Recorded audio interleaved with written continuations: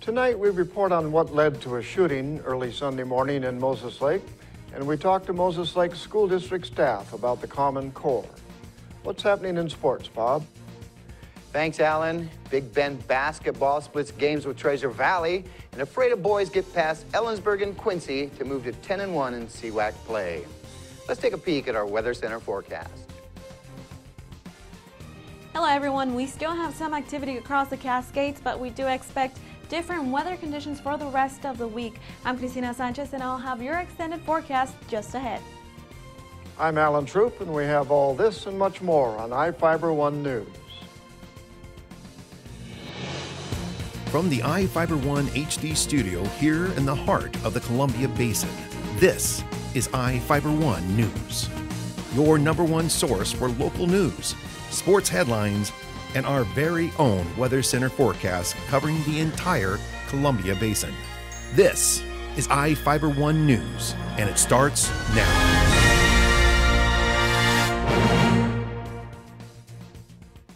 Two people were arrested for a shooting in Moses Lake, where a 22-year-old Moses Lake man died after a fight in the Jack in the Box drive-thru.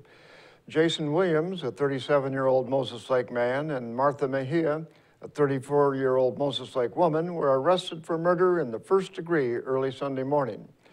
According to Moses Lake police, the two suspects were in a 2001 GMC Yukon and had backed up in the drive-thru, nearly striking a 2010 Ford Fusion, where the victim, Christian Guerra, was a passenger. The driver in the Fusion yelled to Mejia to be careful when Mejia allegedly got out of the SUV and began arguing. Mejia reportedly attempted to hit Guerra and then yelled for help from Williams as Guerra got out of the car, and Williams and Guerra reportedly began fighting. Guerra got back into the Fusion, but was then again confronted by Williams, who allegedly punched Guerra. Guerra got back out of the car and reportedly fought with Williams again. Williams allegedly retrieved a gun from the SUV, returned and fired several rounds, striking Guerra. Guerra was taken to Samaritan Hospital, where he died a short time later. The two suspects fled, but officers located the SUV in the 700 block of Grand Drive, and both were arrested without incident. Detectives allegedly found a stolen 9mm pistol in the vehicle.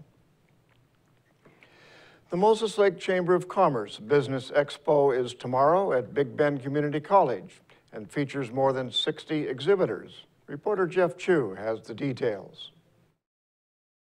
The annual Moses Lake Business Expo kicks off at 4 p.m. Tuesday in the ATEC building at Big Bend Community College. The more than 20-year-old event, which runs until 7 p.m., helps people learn more about business in Grant County. Businesses can be found at booths and networking is encouraged. Last year's event drew some 700 attendees and featured wine, beer, and food made in Grant County. I'm Jeff Chu for Ifiber One News. A former congressional candidate was arrested Thursday for allegedly arguing with a judge in a Douglas County district courtroom. Gavin Syme, a 29-year-old Ephrata resident, and his father, Grant Syme, a 59-year-old Ephrata resident, were both arrested. The two were among supporters of Tavis Shasteen, a 19-year-old Ephrata resident, who was cited in October 2014 for allegedly refusing to give his driver's license to a Douglas County sheriff's deputy. Shasteen was stopped for allegedly going 76 miles per hour in a 60 miles per hour zone. The deputy issued him a criminal citation and allowed him to leave. During Thursday's hearing on the infraction, Gavin Syme allegedly got into an argument with the judge because he wanted to represent Shasteen. The judge denied Syme's request and ordered him to stop recording the proceedings. Syme allegedly refused to leave when ordered out of the courtroom, and he was arrested. His father was arrested after refusing to leave when his son was arrested. Syme was charged with interfering and obstruction of court, disorderly conduct, and contempt of court. A Moses Lake resident is proposing a way to open the Larson Recreation Center and restart other recreation programs. Elysia Deluge proposed the city start a donation program called Share the Care during a recent city council meeting. The proposal was modeled after Grant PUD's Share the Warmth, which uses donations to provide help to people who can't pay their power bills.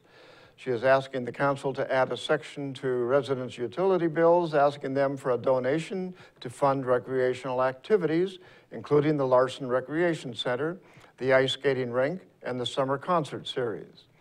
The items were cut from the city's budget as part of the 2015 budget.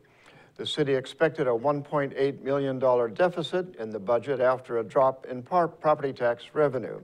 City Manager Joe Gavinski said city officials can examine how a donation program could be implemented. And now we take a look at people being sought by law enforcement. This is Sheriff Tom Jones with the Grant County Sheriff's Office. Each of the people you see here have a warrant for their arrest.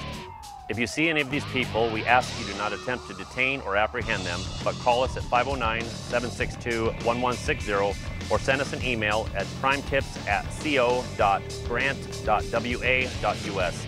If the person is presenting a danger, call 911. With your help, we can bring these people to justice and make our community safer.